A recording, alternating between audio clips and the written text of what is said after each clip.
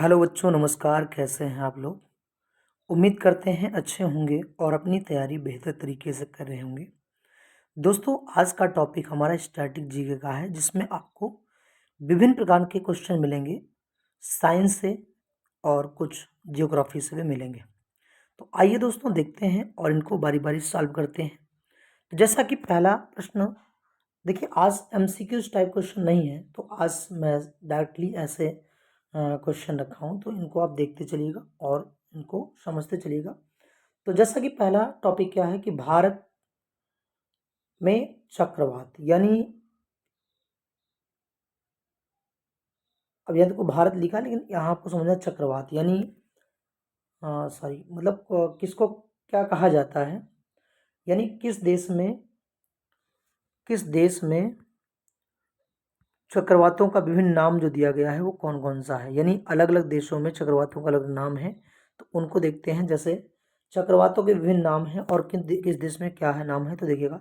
तो पहला है भारत। भारत में क्या कहते हैं? भारत में कहते हैं चक्रवात कहा जाता है।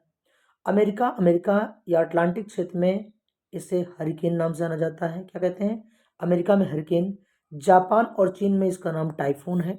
जापान चीन में क्या है? टाइफून है। और ऑस्ट्रेलिया में इसे विली विली के नाम से जाना जाता है। और फिलीपींस में बाग्यो के नाम से जाना जाता है दोस्तों। ठीक है, ये क्वेश्चन बहुत ही महत्वपूर्ण है। एग्जाम के परिप्रेक्ष्य में देखा जाए तो बहुत ही उम्दा सवाल है और अक्सर एग्जाम में पूछे जाते हैं। तो आप लोग अपनी नोट्स यानी कॉपी और पेन लेकर के बैठिएगा और इसकी नोट्स बनाते चलिएगा। इसके बाद है विद्युत चुंबकीय तरंगे। अब यहाँ पे सवाल है कि विद्युत चुंबकीय तरंगे कौन कौन सी हैं। तो देखिए, विद्युत चुंबकीय तरंगों के बारे में समझते हैं दोस्तों। तो विद्युत चुंबकीय तरंगे वे तरंगे होती हैं जिनको आगे बढ़ने के लिए किसी माध्यम की आवश्यकता नहीं होती है। क्या होता है? माध्यम की आवश्यकता नहीं होती है ना, यानी माध्यम नहीं चाहिए इनके लिए, ये बिना माध्यम के चलती हैं। तो कुछ तरंगे हैं और इनको देखते हैं। तो पहले देखेंगे कुछ तरंगे हैं जो विद्युत चुंबकीय तरंगे हैं, जैसे रेडियो वेव तरंगे। पहले ये देख लेते हैं, उसके बाद आगे समझेंगे। पहले रेडियो वेव तरंगे हैं, फिर माइक्रोवेव तरंगे हैं, औरक तरंगे हैं, दृश्य तरंगे हैं, और उसके बाद परावैंगनी तरंगे हैं, एक्स किरणें हैं, गामा किरणें हैं। तो ये सभी किरणें क्या कहलाती हैं दोस्तों? तो ये सभी किरणें कहलाती हैं आपकी, ये विद्युत चुंबकीय तरंगे कहलाती हैं। ठीक है, तो आइए इनके बारे में बारी बारी देखते हैं। पहला कि तरंग दैर्ध्य के घटते क्रम में, यानी इनमें देखेंगे कि इन विद्युत चुंबकीय तरंगों में सबसे लंबी तरंग दैर्ध्य किसकी होती है और सबसे छोटी तरंग दैर्ध्य किसकी होती है। तो दोस्तों देखिएगा, यहाँ पर जो क्रम दिया गया है, सबसे ज्यादा यानी विद्युत चुंबकीय तरंगों में सबसे लंबी तरंग दैर्ध्य मतलब होता है तरंग की लंबाई, सबसे ज्यादा रेडियो वेव की होती है। क्या किसकी होती है? रेडियो वेव की लंबाई सबसे ज्यादा होती है ना। रेडियो तरंगों की लंबाई क्या होती है? सबसे ज्यादा होती है, यानी कह सकते हैं कि इनकी तरंग दैर्ध्य सबसे ज्यादा होती है। अब सवाल आता है कि रेडियो वेव के बाद में किसका नंबर आता है? तो वो माइक्रोवेव है, यानी माइक्रोवेव तरंगे, यानी पहले नंबर पे रेडियो वेव तरंगे जिनकी लंबाई सबसे ज्यादा होती है, जिसकी तरंग दैर्ध्य ज्यादा होती है, उसके बाद माइक्रोवेव की होती है। ठीक है ना। फिर आगे बढ़ेंगे तो उसके बाद है गामा किरणें, सॉरी औरक किरणें, औरक तरंगे, है ना। तो औरक तरंगे क्या है? औरक तरंगे, इनकी तरंग दैर्ध्य जो है, इनकी तरंग दैर्ध्य जो है वो बच्चों माइक्रोवेव से कम होती है। ठीक है, फिर उसके बाद नंबर आता है दृश्य तरंगे, इसके बाद परावैंगनी तरंगे, फिर एक्स तरंगे, और इसके बाद आता है आपकी गामा किरणें आती हैं। ठीक है, क्या आती हैं? गामा किरणें आती हैं। तो ये गामा किरणें जो होती हैं, इनकी तरंग दैर्ध्य सबसे क्या होती है? कम होती है। क्या होती है?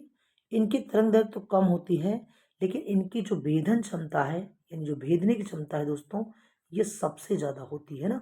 भेदन क्षमता ज्यादा होती है इनकी, और इनमें ऊर्जा बहुत होती है। क्या होती है? इनमें ऊर्जा बहुत अधिक मात्रा में पाई जाती है। ठीक है, नेक्स्ट क्वेश्चन देखते हैं आगे क्या है। अगला है ऊर्जा या आवृत्ति के घटते क्रम में, यानी देखेंगे कि इन तरंगों में सबसे ज्यादा ऊर्जा किसकी होती है और सबसे ज्यादा आवृत्ति किसकी होती है बच्चों। तो ये क्वेश्चन बहुत ही उम्दा, बहुत ही महत्वपूर्ण और एग्जाम ओरिएंटेड है। तो आइए दिखाते हैं आपको। पहला है गामा किरणें। तो बच्चों गामा किरणें जो है, इन किरणों की आप कह सकते हैं कि इन किरणों की जो है ऊर्जा सबसे ज्यादा होती है। अभी मैंने पहले बताया, तो गामा किरणों की ऊर्जा सबसे ज्यादा होती है और गामा किरणों की आवृत्ति भी सबसे ज्यादा होती है, और इनकी वेदन क्षमता भी सबसे ज्यादा मानी जाती है। ठीक है, तो गामा किरणों की वेदन क्षमता, ऊर्जा और आवृत्ति ये सभी ज्यादा होती है। ऊर्जा के मामले में गामा के बाद कौन आता है? एक्स किरणें। इनकी उसके बाद ऊर्जा में गामा किरणों के बाद नंबर आता है एक्स किरणों का। उसके बाद आता है परावैंगनी किरणों का। परावैंगनी किरणों दोस्तों ये सूर्य के प्रकाश से है ना अल्ट्रावायलेट किरणें कहते हैं, ये निकलती हैं। फिर उसके बाद आता है दृश्य तरंगे आता है ना, दृश्य तरंगे। तो इन तरंगों की क्या होती है, इन तरंगों की देखा जाए तो, और ये मतलब इनकी ऊर्जा नीचे घटते क्रम में, और अगर मैं और आगे बढ़ूं और देखूं तो सबसे कम जो होती है वो रेडियो वेव की होती है। सबसे कम ऊर्जा किसकी होती है, रेडियो वेव की होती है, यानी रेडियो तरंगों की, है ना। इसको नोट कर लीजिएगा, इसमें लिखा नहीं है। सबसे कम ऊर्जा रेडियो तरंगों की होती है और सबसे ज़्यादा किसकी होती है, तो गामा तरंगों की होती है। ठीक है, इसके बाद देखते हैं अब यहाँ पर कुछ टॉपिक है, देखिएगा। जैसे अपवर्तन और परावर्तन के अनुप्रयोग है ना। अपवर्तन यहाँ क्या है, अपवर्तन है ये।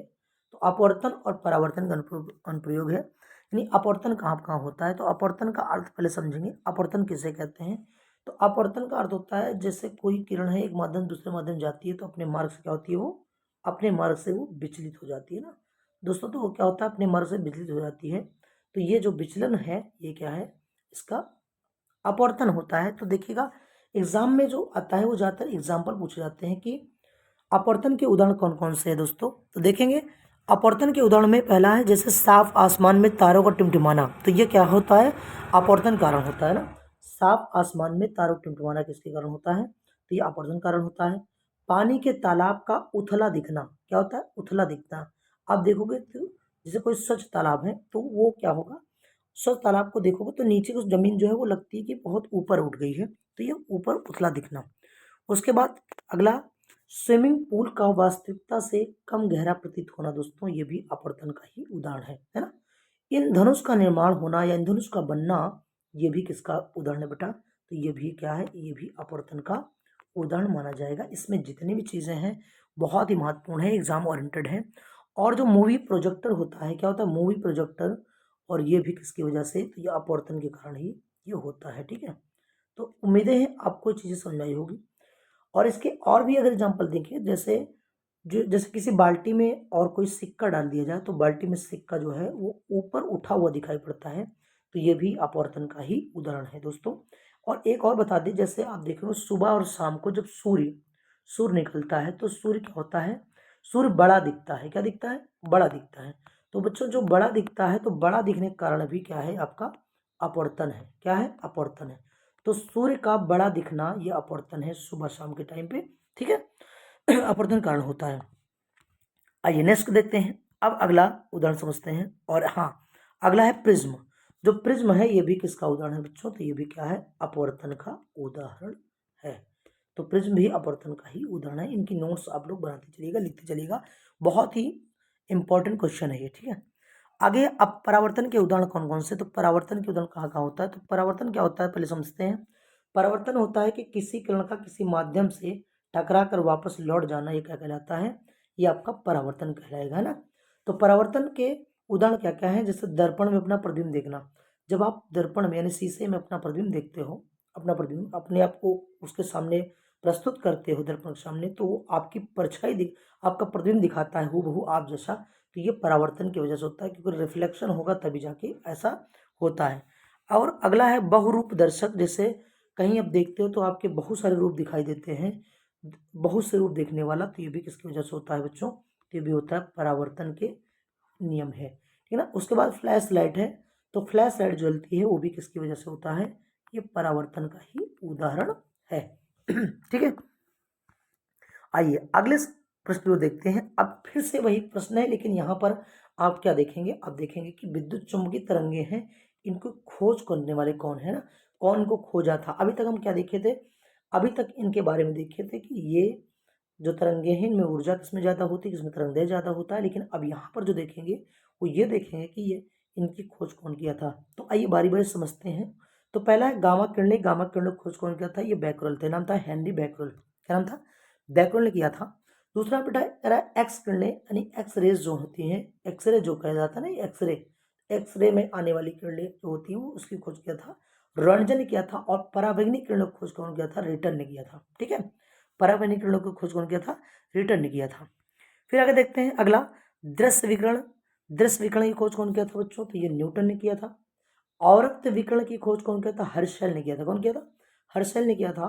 और जो लघु रेडियो तरंगे या इन्हें कहते हैं सूक्ष्म रेडियो तरंगे। क्या बोलते हैं?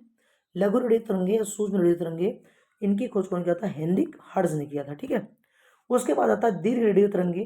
तो दीर्घ रेडियो तरंगों की खोज कौन किया था बच्चों? तो ये किया था मार्कोनी ने किया था। कौन किया था? मार्कोनी ने किया था। ठीक है, तो उम्मीद है इतनी चीजें आपको बेहतर तरीके से समझ में आई होगी बच्चों। चलिए अगला देखते हैं आगे। अब अगला प्रश्न क्या है? ये बहुत ही उम्दा सवाल है, बहुत ही एग्जाम में पूछा जाने वाला है। तो कह रहा है नाइट्रोजन स्थिरीकरण करने वाले कौन कौन से जीवाणु हैं? तो बच्चों मैंने पिछली क्लास में आपको एमसीक्यूज में ये चीजें बताई है कि नाइट्रोजन स्थिरीकरण करने वाले जो जीवाणु हैं ये किन में करते हैं? तो जो दलहनी फसलें होती हैं, दलहन वाली, उनकी जड़ों में ये कुछ जीवाणु मिलते हैं, वही क्या करते हैं? नाइट्रोजन का फिक्सेशन करते हैं।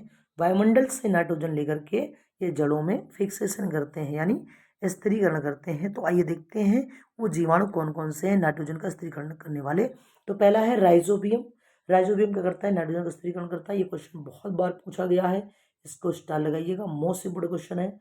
अगला है एजोटोबैक्टर। एजोटोबैक्टर जो है ये भी क्या करता है? नाइट्रोजन का स्थिरीकरण करता है बच्चों। उसके बाद है एजोस्पिरिलियम। एजोस्पिरिलियम ये भी क्या करता है? नाइट्रोजन का स्थिरीकरण करता है। ठीक है, उसके बाद नाम आता है साइनोबैक्टीरिया। तो साइनोबैक्टीरिया ये भी नाइट्रोजन का स्थिरीकरण करता है, या इसे कहते हैं नीलहरित शैवाल। साइनोबैक्टीरिया या नीलहरित शैवाल भी इसे कहा जाता है। और अगला है एनाबेना। क्या है? एनाबेना ये भी क्या करता है? नाइट्रोजन का स्थिरीकरण करता है बच्चों। अगले टॉपिक पर चलते हैं। अगला है महत्वपूर्ण जीवों के वैज्ञानिक नाम। जो जीव हैं उनमें कुछ के वैज्ञानिक नाम बताएंगे आपको, जो एग्जाम ओरिएंटेड है और एग्जाम में बहुत बार पूछा गया है और आगे भी पूछे जाने की संभावनाएं हैं। तो बच्चों इसमें देखिएगा, कह रहा है मनुष्य। मनुष्य का वैज्ञानिक नाम क्या है? तो उसका नाम है होमो सेपियंस। इसको आपने बचपन में पढ़ा होगा और ये बहुत नॉर्मल सा क्वेश्चन है, बच्चा बच्चा इसको जानता है, क्योंकि ये आपकी एकेडमिक क्लासों में आपने इसको बेहतर तरीके से पढ़ा होगा और इसको टीचर के द्वारा रटाया भी जाता है। ठीक है ना। गाय का, तो गाय का कौन है? तो गाय का वैज्ञानिक नाम क्या है? बॉस टॉरस है। क्या नाम है? बॉस टॉरस है बच्चों। ठीक है, बॉस टॉरस किसका है? गाय का वैज्ञानिक नाम है। आइए और देखते हैं। अगला है बिल्ली। बिल्ली का वैज्ञानिक नाम क्या है? तो बिल्ली का वैज्ञानिक नाम है फेलिस कैटस, है ना। फेलिस कैटस, जैसे आपको याद करना है तो ऐसे कैटस या कैट्स मान सकते हैं, कैट्स, है ना। तो कैट्स होता है तो कैटस है, कैट्स, है ना। तो ये इससे आप समझ जाएंगे। ठीक है, उसके बाद कुत्ता है। कुत्ते का वैज्ञानिक नाम क्या है? तो कैनिस लुपस फैमिलियारिस। क्या नाम है? कैनिस लुपस फैमिलियारिस, ये कुत्ते का वैज्ञानिक नाम है ना। उसके बाद है घरेलू मक्खी। घरेलू मक्खी का क्या नाम है वैज्ञानिक नाम? ये मस्का डोमेस्टिका है। क्या बच्चों? मस्का डोमेस्टिका ये क्या है? ये वैज्ञानिक नाम है किसका? ये घरेलू मक्खी का है। इसके बाद देखेंगे शेर। तो शेर का वैज्ञानिक नाम क्या है? Panthera leo. क्या नाम है? Panthera leo. आपने सुना होगा लियो किसे कहा जाता है? लियो, लियो मतलब शेर होता है ना। तो पैंथेरा लियो ये शेर का वैज्ञानिक नाम है। आम का वैज्ञानिक नाम क्या है? तो मैंगी फेरा इंडिका, है ना। याद कैसे करेंगे? देखो मैंगी या मैंगो, है ना, आपने सुना होगा मैंगो, सुना नहीं बल्कि आप जानते होंगे, मैंगो स्पेलिंग होती है, तो इसका नाम है मैंगी फेरा इंडिका, है ना, इससे आप पहचान जाएंगे। उसके बाद धान का वैज्ञानिक नाम क्या है? Oryza sativa. इसमें सैटिवा लिखा है, कहीं कहीं सटाइवा मिलता है, तो ओराइजा सटाइवा धान का वैज्ञानिक नाम है। ठीक है ना। आगे बढ़ते हैं, देखते हैं। तो अगला है गेहूं। गेहूं का वैज्ञानिक नाम क्या है बच्चों? तो गेहूं का वैज्ञानिक नाम है ट्रिटिकम एस्टिवम। ट्रिटिकम एस्टिवम क्या है? गेहूं का वैज्ञानिक नाम है। अगला है चने का। तो चने का है साइसिर एर्टिनम। क्या नाम है? साइसिर एर्टिनम, ये चने का वैज्ञानिक नाम है। मटर का वैज्ञानिक नाम क्या है? पाइसम सैटिवम है। पाइसम सैटिवम किसका नाम है?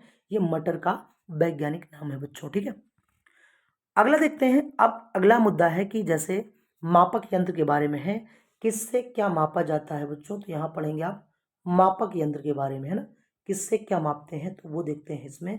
तो देखिएगा, पहला क्या है? पहला है एनेमोमीटर, है ना। आपने बहुत बार पढ़ा होगा एनेमोमीटर से क्या किया जाता है?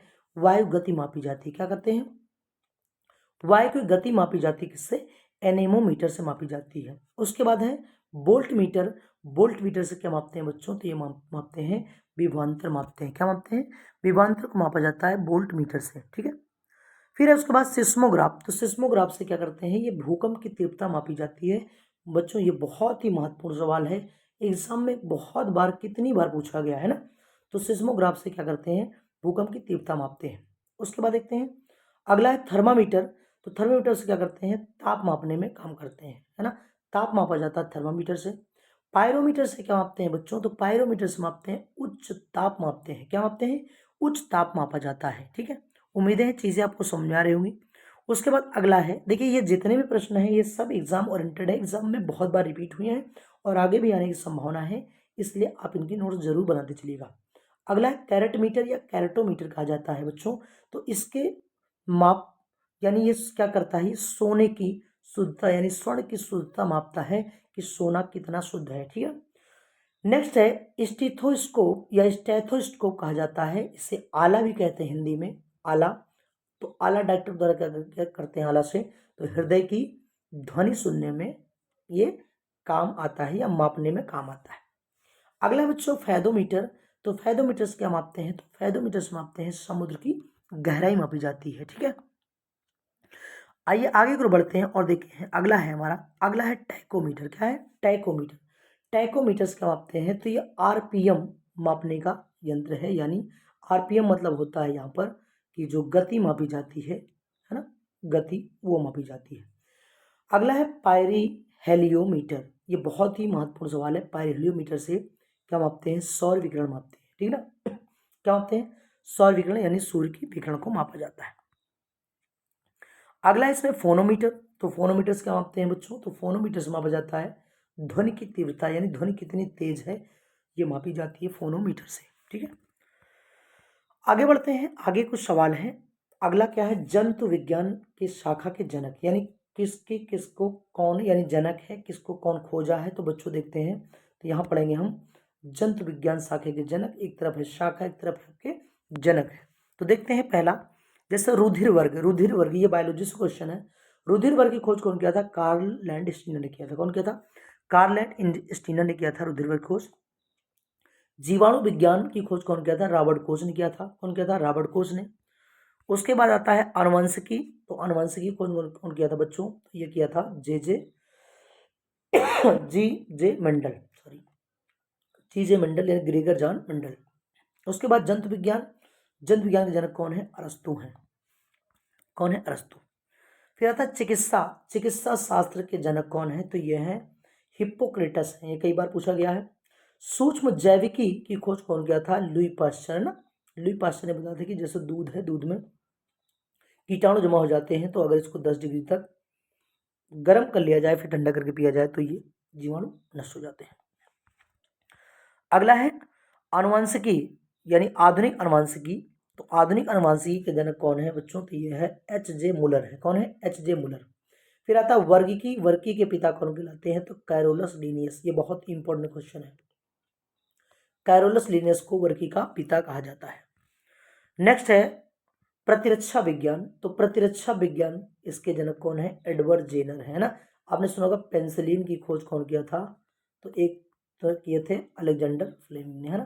तो ये भी क्या प्रतिरक्षा ही है। वैसे यहाँ पर देखेंगे तो प्रतिरक्षा विज्ञान के जनक कौन है, एडवर्ड जेनर है। उम्मीद है बच्चों चीज़ें आपको बेहतर तरीके से समझ में आई। आप इसकी नोट जरूर बनाइएगा। यदि आपको वीडियो समझ में आया हो, अच्छा लगा हो, तो लाइक शेयर सब्सक्राइब जरूर करिएगा और अपने दोस्तों को भी शेयर करिएगा। बहुत बहुत धन्यवाद।